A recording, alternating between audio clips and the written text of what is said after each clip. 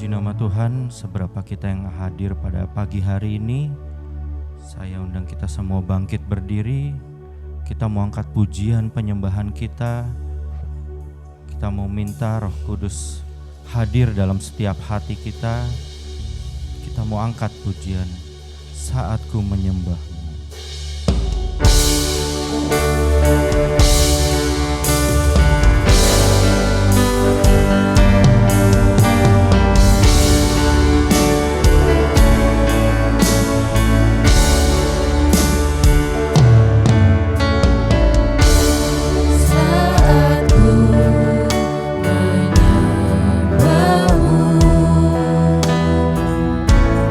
Rohmu bekerja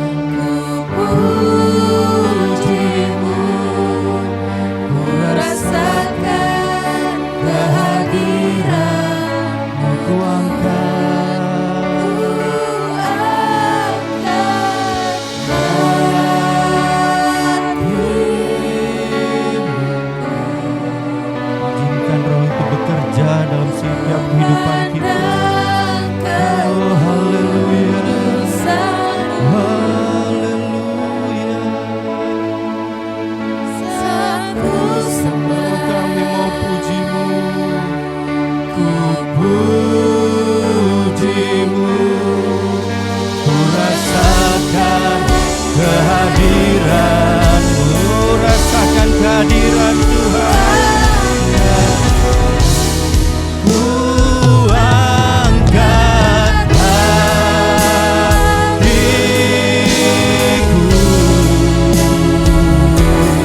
ku pandang kekudusan-Mu.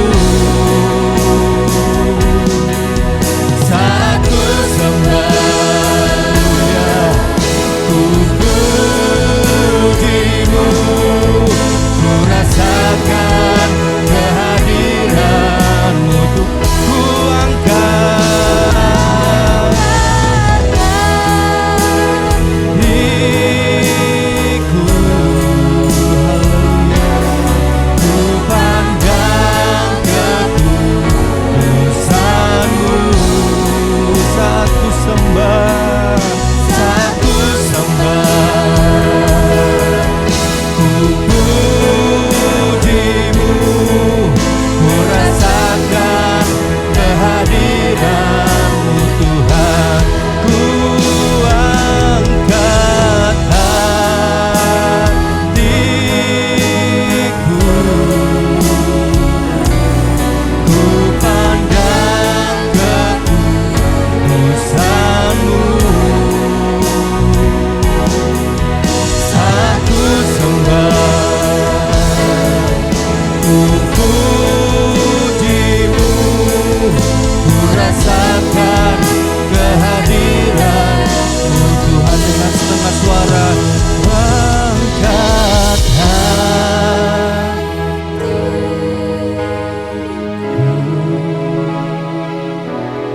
ku pandang kekudusan-Mu.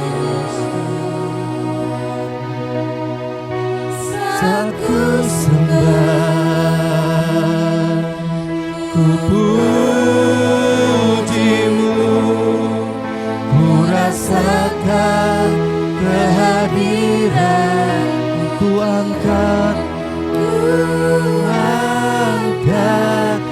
hatiku, lembutkan setiap hati. Pandang kekudusan-Mu. Saat ku sembah, ku puji-Mu, ku rasakan kehadiran-Mu. Sekali lagi ku angkat hatiku,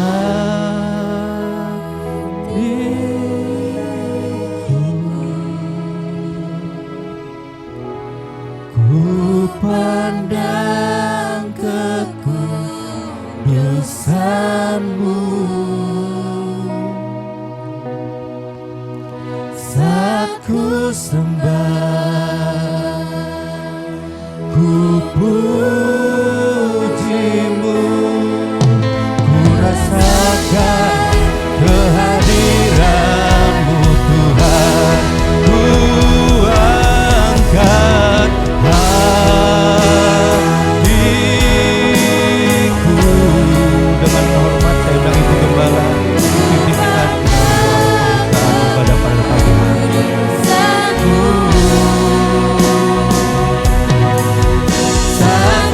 sembah, ku puji-Mu, ku rasakan kehadiran-Mu Tuhan. Ku rasakan kehadiran-Mu Tuhan. Ku rasakan kehadiran-Mu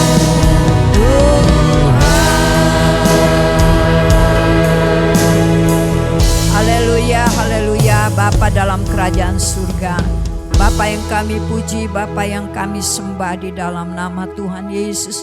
Pagi hari yang indah ini kembali kami datang kepadamu, bersyukur buat anugerah Tuhan yang kami boleh rasakan sampai hari ini.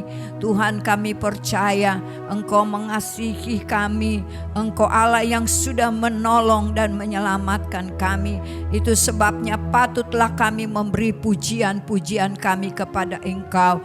Kami mohon kiranya Engkau mengurapi pelayanan pekerjaan-Mu di tempat ini. Terlebih buat song leader, singer, pemain musik, biar ada urapan baru atas mereka, sehingga sukacita Tuhan boleh terjadi di tempat ini. Jemaat Tuhan yang hadir, Tuhan lawat hati-hati kami, penuhi dengan sukacita Allah, sehingga yang datang dengan beban berat, mereka kembali dengan satu kebebasan dikerjakan oleh Roh Kudus. Kami percaya Tuhan, hanya Engkau yang mampu lakukan segalanya bagi pelayanan yang ada. Dan kami percaya tidak ada kuasa lain di tempat ini, hanya ada kuasa Allah yang maha tinggi yang menaungi tempat ini, ruangan ini, terlebih ruangan hati kami. Terima kasih Bapa, kami menyerahkan ibadah ini dari permulaan pertengahan sampai akhirnya ke dalam tangan kasih dan kemurahan Tuhan. Kami buka dalam satu nama yang ajaib, nama yang berkuasa, yaitu di dalam nama Tuhan Yesus Kristus. Haleluya, amin.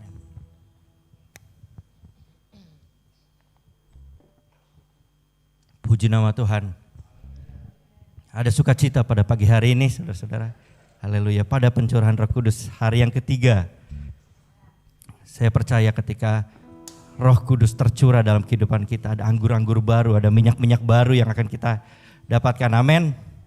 Puji nama Tuhan. Saya undang kita semua bangkit berdiri, kita mau angkat pujian. Roh Kudus tercurah di tempat ini.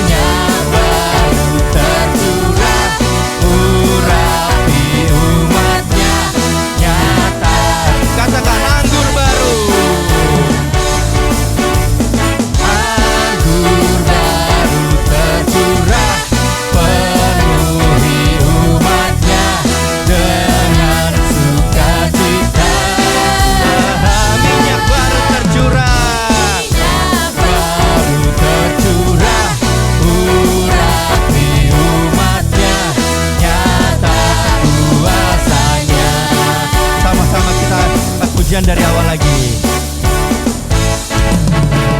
Roh Kudus tercurah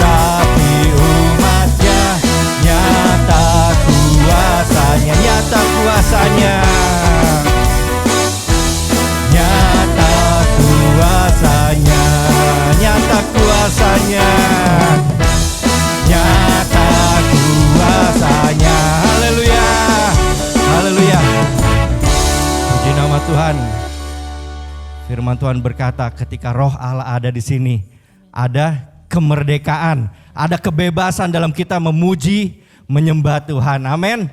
Setiap Roh Allah ada di setiap hati kita, ada kegerakan yang Dia buat. Haleluya. Kita mau tetap bangkit berdiri, yang kuat tetap berdiri ya. Ya, kita angkat pujian. Dengarlah suara nafiri. Biar kita mau minta api kemuliaan Tuhan tercurah di tempat ini.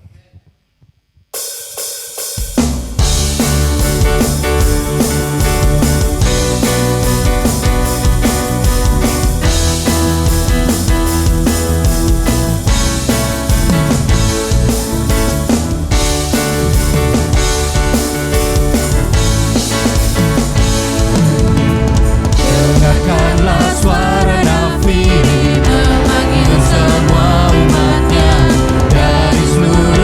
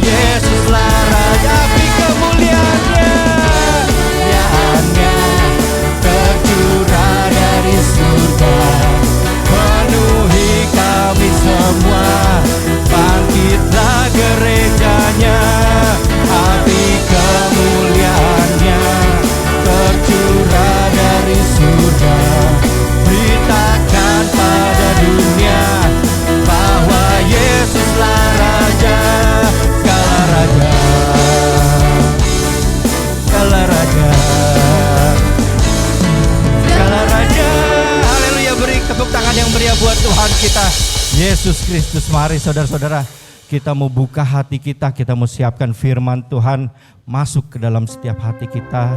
Boleh tertanam, firman Tuhan boleh bertumbuh dan berbuah dalam setiap kehidupan kita. Kita angkat pujian, ku buka hati.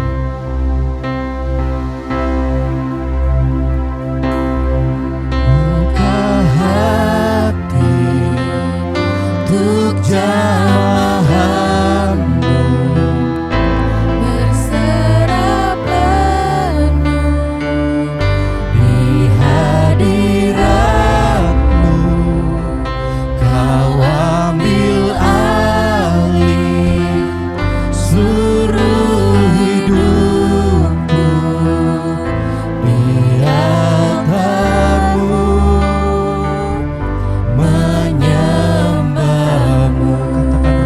Yang hidup,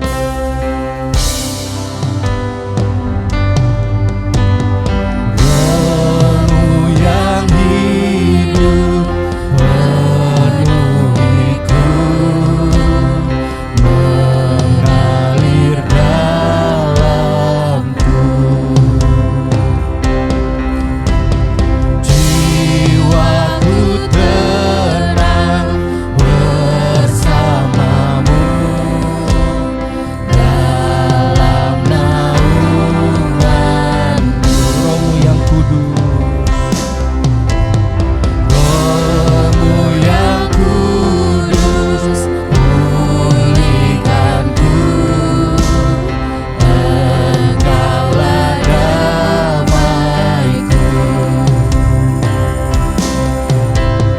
Ku hidup oleh anugerah-Mu yang menyertai, katakan yang menyertaiku.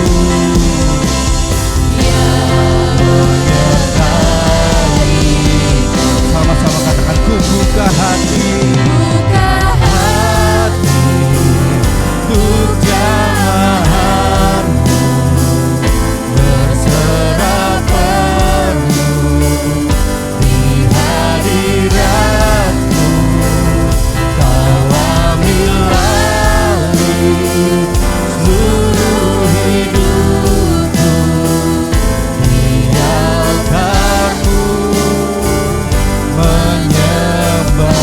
Ku buka hati, buka hati untuk jamahan-Mu, berserah penuh di hadirat-Mu, Kau ambil alih seluruh hidupku di altar-Mu, menyembah.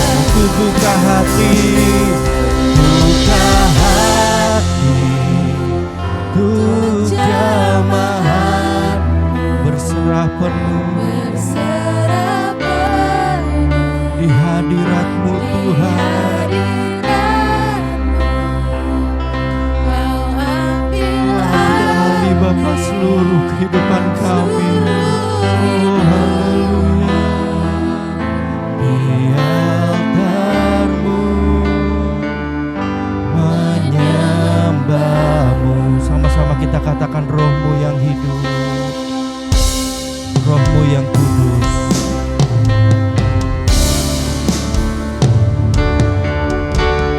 Roh-Mu yang kudus, pulihkanku,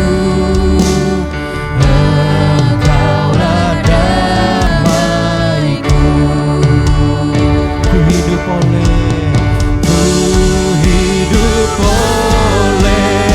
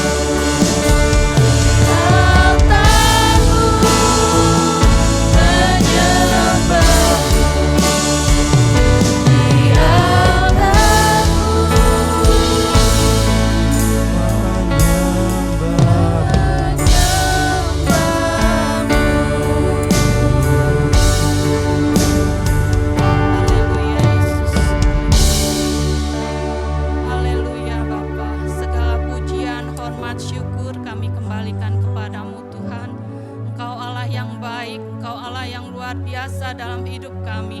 Engkau yang senantiasa menjaga, melindungi, memberkati kami hingga hari ini Tuhan. Kami percaya Tuhan, kasih-Mu tidak pernah berkesudahan dalam hidup kami Tuhan. Engkau selalu ada, Engkau selalu hadir dalam hidup kami Tuhan. Terima kasih Bapa, terima kasih Roh Kudus, terima kasih Bapa. Kami hanya dapat mengucap syukur, menaikkan puji-pujian penyembahan sebagai ucapan syukur dan terima kasih kepadamu Tuhan. Karena Engkau begitu baik dan sangat baik dalam hidup kami Tuhan. Kami tidak dapat membalas semua kebaikan-Mu Tuhan, selain pujian penyembahan yang dapat kami berikan kepadamu Tuhan Yesus. Terima kasih Bapa, terima kasih buat pimpinan-Mu dalam hidup kami Tuhan. Buat penyertaan-Mu yang senantiasa ada dalam kehidupan kami semua Tuhan Yesus. Hingga pagi hari ini Tuhan, kami menaikkan puji-pujian penyembahan syukur kami kepadamu Tuhan. Itu semua karena anugerah-Mu yang besar dalam hidup kami. Dan sebentar kami akan mempersiapkan hati kami Tuhan untuk mendengarkan akan kebenaran firman-Mu Tuhan. Kiranya Tuhan sucikan, kuduskan hati pikiran kami Tuhan, sehingga kami boleh fokus akan kebenaran firman-Mu Tuhan. Karena firman-Mu yang membangun iman kami Tuhan, firman-Mu yang meneguhkan iman kami Tuhan, untuk kami tetap berjalan di dalam kebenaran firman-Mu. Ampuni setiap kelemahan kekurangan kami Tuhan, dan layakkan kami menerima kebenaran firman-Mu ya Yesus. Terima kasih Bapa, terima kasih. Berkati hamba-Mu Tuhan yang akan menyampaikan kebenaran firman-Mu Tuhan Yesus. Kiranya urapan yang baru yang daripada Allah menyertai, memberkati kehidupan hamba-Mu yang akan menyampaikan kebenaran firman-Mu Tuhan Yesus. Kiranya Tuhan, apa yang disampaikan itu memberi kekuatan kepada kami semua ya Yesus. Terima kasih Bapa, terima kasih, dan berkati kami semua yang mendengar akan kebenaran firman-Mu. Berkati juga Tuhan hamba-Mu yang sudah ambil bagian dalam pelayan puji-pujian, juga semua pelayan yang sudah ambil bagian Tuhan. Kiranya Tuhan berkati dengan berkat yang daripada Allah. Terima kasih Tuhan, kami mau sambut berkat firman-Mu hanya di dalam nama Tuhan Yesus Kristus. Haleluya, amin. Selamat pagi semuanya. Haleluya. Puji Tuhan. Haleluya, puji Tuhan. Amin. Kembali saya mengucap syukur pada Tuhan kalau pada hari ini masih diberikan kesempatan untuk melayani Tuhan. Dan atas kesempatan ini kiranya kita boleh mendengar firman Tuhan dengan baik. Kita matikan setiap penghalang-penghalang yang bisa mengganggu konsentrasi kita. Tapi marilah kita mendengar firman Tuhan dengan sungguh seperti seorang murid, sehingga tidak ada satupun firman Tuhan yang terlewat, yang tercecer. Puji Tuhan, pada hari ini kita mau langsung masuk ke dalam PowerPoint. Saya berikan tema, mintalah kepada Tuhan. Hari ini adalah hari ketiga di mana kita menjalankan doa pencurahan Roh Kudus, di mana kita sebagai umat Kristen meminta bahwa janji Tuhan itu akan digenapi dalam kehidupan kita. Jadi Tuhan menjanjikan bahwa Dia akan mencurahkan roh-Nya, bahkan memenuhi kita dengan roh-Nya, sehingga hidup kita menjadi baru, hidup kita berbeda, hidup kita ada penolong yang menolong kita, memampukan kita melakukan setiap firman Tuhan. Dan bagaimana kita meminta kepada Tuhan? Nah, itu yang menarik, yang saya akan bahas pada hari ini. Kita buka di dalam Lukas pasalnya yang ke-11, ayatnya yang ke-5 sampai ke-13.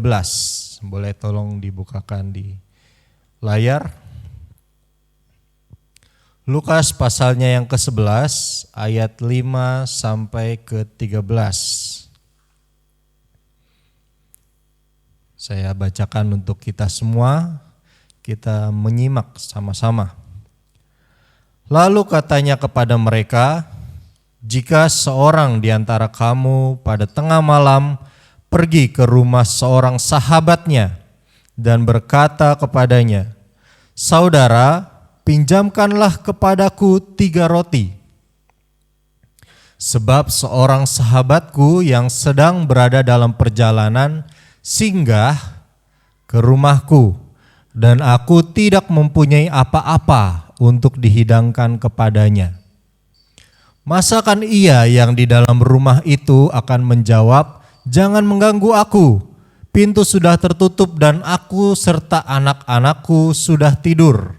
Aku tidak dapat bangun dan memberikannya kepada saudara." Aku berkata kepadamu, sekalipun ia tidak mau bangun dan memberikannya kepadanya karena orang itu adalah sahabatnya, namun karena sikapnya yang tidak malu itu, ia akan bangun juga dan memberikan kepadanya apa yang diperlukannya. Oleh karena itu, aku berkata kepadamu, mintalah, maka akan diberikan kepadamu. Carilah, maka kamu akan mendapat. Ketoklah, maka pintu akan dibukakan bagimu. Karena setiap orang yang meminta menerima, dan setiap orang yang mencari mendapat, dan setiap orang yang mengetok baginya pintu dibukakan. Bapa manakah di antara kamu jika anaknya minta ikan daripadanya akan memberikan ular kepada anaknya itu ganti ikan? Atau jika ia minta telur akan memberikan kepadanya kalajengking? Jadi jika kamu yang jahat tahu memberi pemberian yang baik kepada anak-anakmu, apalagi Bapamu yang di sorga, ia akan memberikan Roh Kudus kepada mereka yang meminta kepadanya. Puji Tuhan.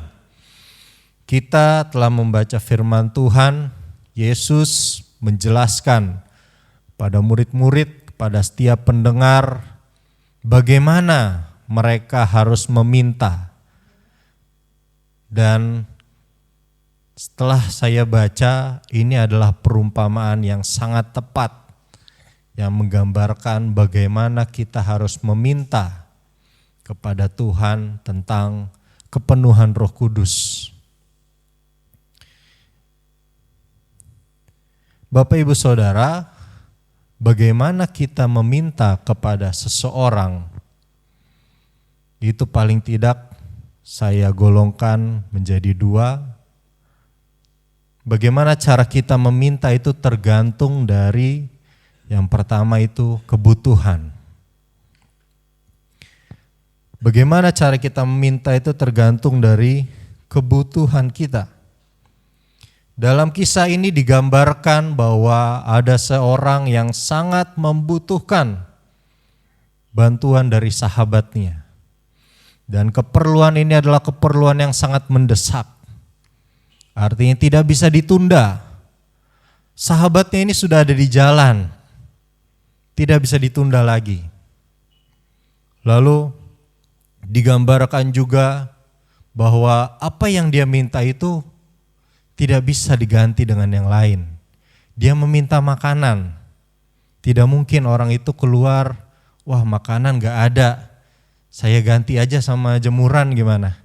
Saya gak butuh jemuran, saya butuh makanan.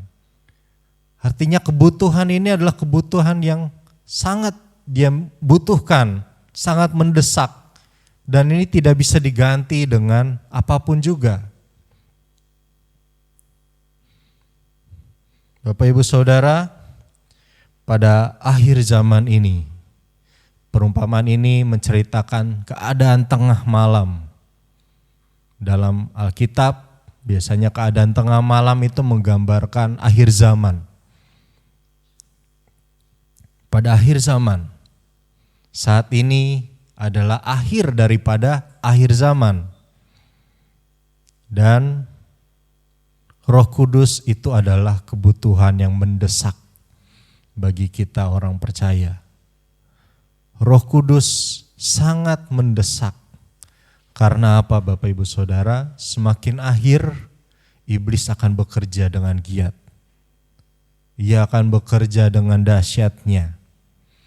Kalau iman kita tidak disertai dengan pertolongan Roh Kudus, bisa-bisa kita akan binasa.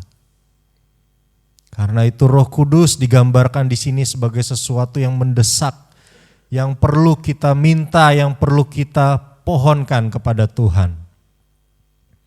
Dan Roh Kudus tidak bisa diganti dengan apapun juga.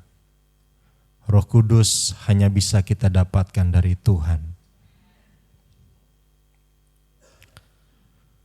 Bapak Ibu Saudara, kita lanjut ke poin berikutnya. Cara kita meminta. Kita melihat poin pertama yaitu kebutuhan.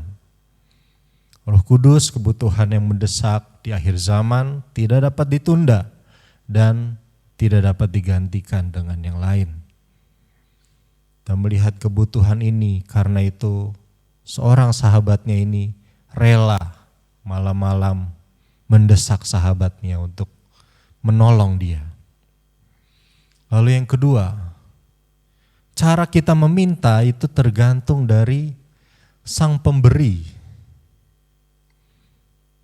Cara kita meminta tergantung dari sang pemberi. Contohnya Bapak Ibu Saudara, kalau kita ke restoran, misalkan petugasnya lupa memberikan sendok, lalu kita minta, Mas, kita angkat tangan aja, dia datang. Saya minta sendok. Oke, langsung diambil, langsung dikasih. Kita tidak perlu effort untuk memintanya, karena itu adalah petugas restoran. Lain halnya ketika kita makan dengan orang petinggi-petinggi besar. Kita sedang makan dengan petinggi-petinggi besar, atau presiden misalkan, kita dapat kesempatan makan dengan beliau, dan kita mau meminta dengan beliau. Misalkan kita ingin meminta sepeda Bapak Ibu Saudara, contohnya saja. Mungkin kita tidak akan berani meminta. Mungkin kita akan diam dan kita akan segan untuk meminta kepada Bapak Presiden. Karena untuk apa dia mengurusi kebutuhan saya? Caranya berbeda, cara kita meminta. Mungkin kita akan memberikan sindiran-sindiran yang halus supaya Bapak Presiden mengerti kebutuhan saya. Kira-kira begitu. Lalu bagaimana kita meminta kepada Tuhan Yesus Kristus? Seperti firman yang disampaikan kemarin bahwa yang membaptis kita dengan Roh Kudus yaitu Tuhan Yesus Kristus. Di dalam Yohanes pasalnya yang ke-15, ayatnya yang ke-13 sampai ke-15. Mari kita buka bersama-sama. Yohanes pasalnya yang ke-15, ayatnya yang ke-13 sampai ke-15. Oke, saya bacakan untuk kita semua. Tidak ada kasih yang lebih besar daripada kasih seorang yang memberikan nyawanya untuk sahabat-sahabatnya. Kamu adalah sahabatku, jikalau kamu berbuat apa yang kuperintahkan kepadamu. Ayat 15. Aku tidak menyebut kamu lagi hamba, sebab hamba tidak tahu apa yang diperbuat oleh tuannya, tetapi aku menyebut kamu sahabat. Karena aku telah memberitahukan kepada kamu segala sesuatu yang telah kudengar dari Bapakku. Bapak Ibu Saudara, dalam perumpamaan ini seorang sahabat ingin meminta kepada seorang sahabatnya. Mereka ini saling bersahabat, jadi mereka saling terbuka satu dengan yang lain. Seperti dikatakan firman Tuhan, Yesus katakan, karena kamu adalah sahabatku, maka aku akan memberitahukan kepada kamu segala sesuatu yang kudengar dari Bapakku. Sifat seorang sahabat adalah terbuka, karena mereka saling percaya satu dengan yang lain. Saya memiliki sahabat, mungkin keluarga di sini sudah pada tahu sahabat saya, dan saya juga terbuka terhadap dia. Dia juga terbuka terhadap saya. Apa yang mungkin orang lain tidak tahu, saya tahu. Atau apa yang mungkin orang lain tidak tahu, saya kasih tahu dia. Karena saya percaya, dia juga percaya sama saya. Dan kita saling mendukung, bersama-sama kita saling mendukung. Tapi ada keterbukaan Bapak Ibu Saudara. Ada keterbukaan terhadap sahabat. Dan Yesus dikatakan Yesus adalah sahabat kita. Artinya kita perlu terbuka dengannya. Dan boleh kita kembali ke ayatnya yang ke-8.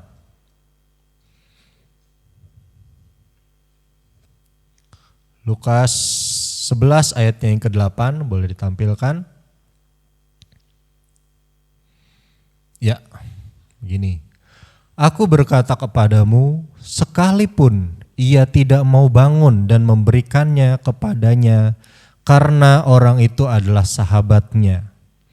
Namun karena sikapnya yang tidak malu itu, ia akan bangun juga dan memberikan kepadanya apa yang diperlukannya. Kita melihat kisah ini menurut saya luar biasa sekali.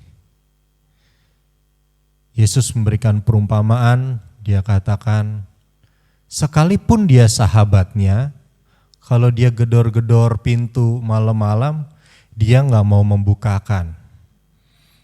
Artinya begini, kalau ada orang gedor-gedor tengah malam, meskipun yang gedor itu adalah sahabatnya, kita ngintip nih, oh iya itu sahabat saya.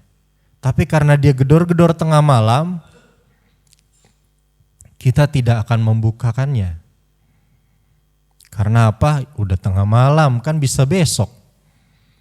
Kenapa harus tengah malam? Gitu. Akan tetapi, di sini dikatakan ada kata namun, karena ia memintanya dengan tidak malu-malu. Artinya apa Bapak Ibu Saudara? Dia berbicara dari luar, berbicara kepada orang di dalam, sampai orang di dalam itu mendengar perkataan orang yang ada di luar. Dia berteriak dari luar ke dalam. Sikapnya yang tidak malu itu membuat orang yang di dalam ini akhirnya memberikan juga apa yang diperlukannya. Saudara bisa bayangkan situasinya ya. Kalau orangnya hanya ketok-ketok saja tapi tidak berbicara apa-apa, hanya ketok-ketok saja, mungkin orang itu tidak akan membukakan pintunya. Tetapi karena dia ketok-ketok sambil dia berteriak, tolong saya ada sahabat saya mau ke rumah. Saya tidak punya apa-apa di rumah. Saya tidak tahu memberikan makan apa. Karena itu, karena sikapnya yang tidak malu terhadap sahabatnya, orang itu keluar dan memberikan apa yang ia butuhkan. Ini adalah gambaran yang sangat jelas bagi kita. Jangan malu berseru kepada Tuhan. Minta kepada Tuhan. Jangan malu dengan orang di sebelah kanan, sebelah kiri. Hubungan kita dengan Tuhan. Tuhan yang bisa memenuhi kebutuhan kita. Tuhan yang bisa memberikan Roh Kudus-Nya bagi kita. Tidak ada kepentingan dengan orang-orang di sebelah kita. Mungkin ada yang berkata, saya malu kalau bicara. Saya malu kalau memuji Tuhan, menyembah Tuhan. Saya kecilkan volumenya sedikit. Karena apa? Suara saya jelek. Mungkin ada yang pikir begitu ya. Saya gak bisa nyanyi. Saya malu deh. Kalau pujian penyembahan saya kecilin aja volumenya. Biar yang lain gak ada yang dengar. Coba kita buka firman Tuhan. Boleh kembali ke slide. Di dalam Kidung Agung, pasalnya yang kedua, ayatnya yang ke-14.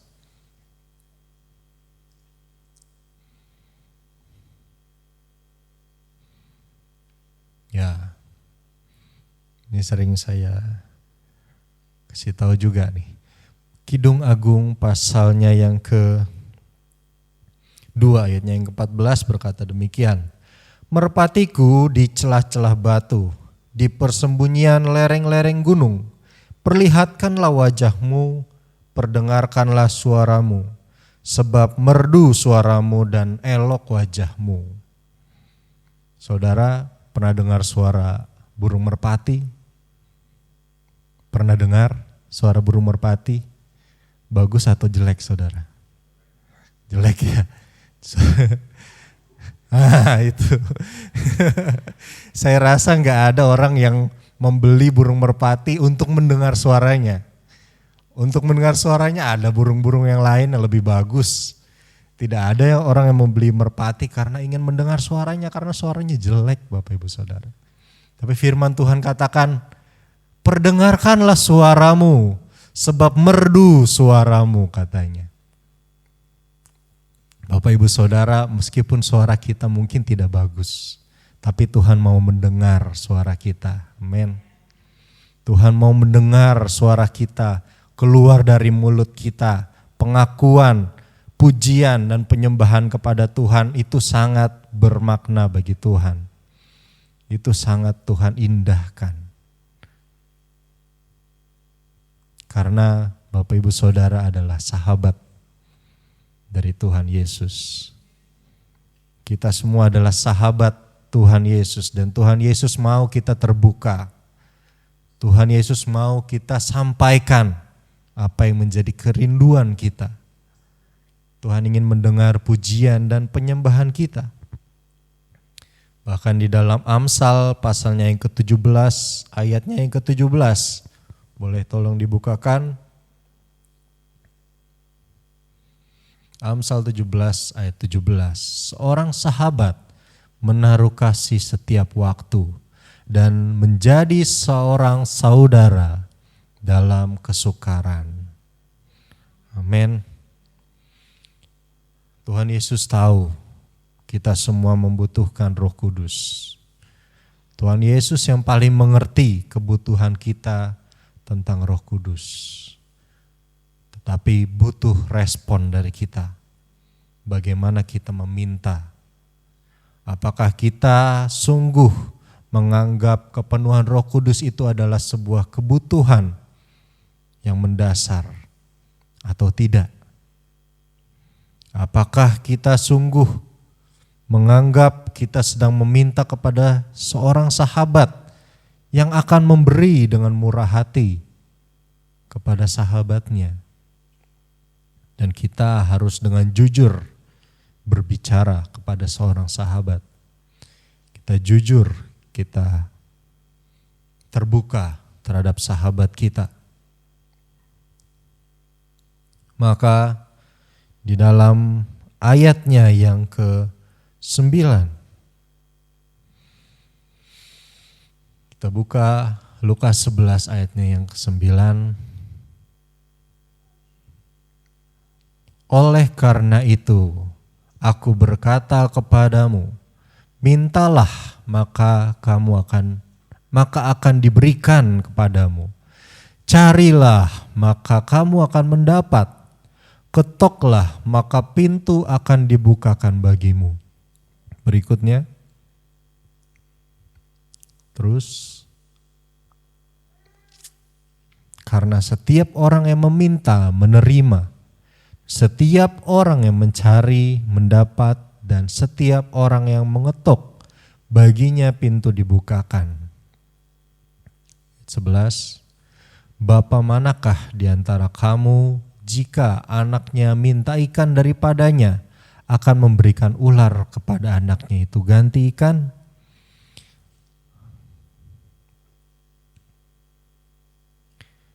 Atau jika ia minta telur akan memberikan kepadanya kalajengking?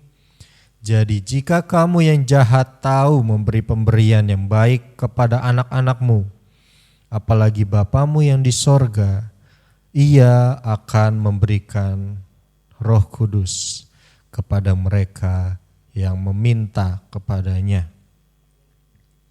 Amin. Tuhan paksa kita pada hari ini untuk kita meminta. Ayo, anak-anak Tuhan, jemaat Tuhan, kalau kita butuh, kita harus minta. Kalau kita rindu, kita harus minta kepada Tuhan yang bisa memberikan Roh Kudus-Nya bagi kita. Dan bagaimana memintanya sudah digambarkan dengan sangat jelas. Dengan tidak malu-malu, minta dengan suara yang lantang, kita berseru kepada Tuhan, berseru meminta kepada Tuhan. Dan Tuhan melihat kerinduan hati kita. Dan Bapak Ibu Saudara, kita perlu mempersiapkan tanah hati kita, karena Roh Kudus akan bertahta pada hati yang sudah diperbaharui oleh Tuhan. Jika ada hati yang masih tersakiti, atau jika ada hati yang masih menyimpan dendam kepada sesamanya, atau jika ada hati yang masih terikat dengan hal-hal yang membahayakan hidupnya, maka kita harus selesaikan dulu hati kita sebelum kita meminta kepada Tuhan. Puji Tuhan Bapak Ibu Saudara, mari kita bangkit berdiri, saya undang pemain musik maju ke depan. Kita mau menyembah Tuhan, kita mau meminta kepada Tuhan. Kita katakan, penuhi sekarang Tuhan, penuhilah hidupku. Jangan ada yang malu-malu Bapak Ibu Saudara. Urusan kita adalah dengan Tuhan. Tidak perlu lihat kanan kiri, kita hanya perlu menyembah Tuhan saja.